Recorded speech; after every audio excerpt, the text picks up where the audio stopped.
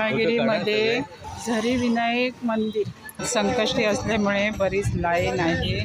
मंदिराच्या खालच्या साईडला कुंड आहे, त्याच्यात विविध प्रकारचे मासे, कासव वगैरे आहेत.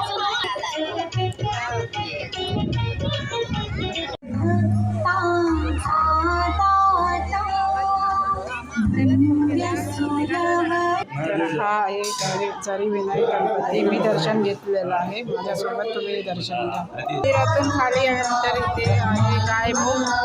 इथे सर्वजण तीर्थ घेऊन पितात. इथे आहे खंदीर मामा. आपली मनातली इच्छा सर्वजण कानात बोलतात. समोर आहे भाटे बीच.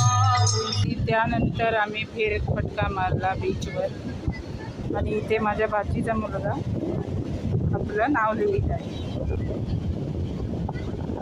वा, मस्त मस्त. काय कराय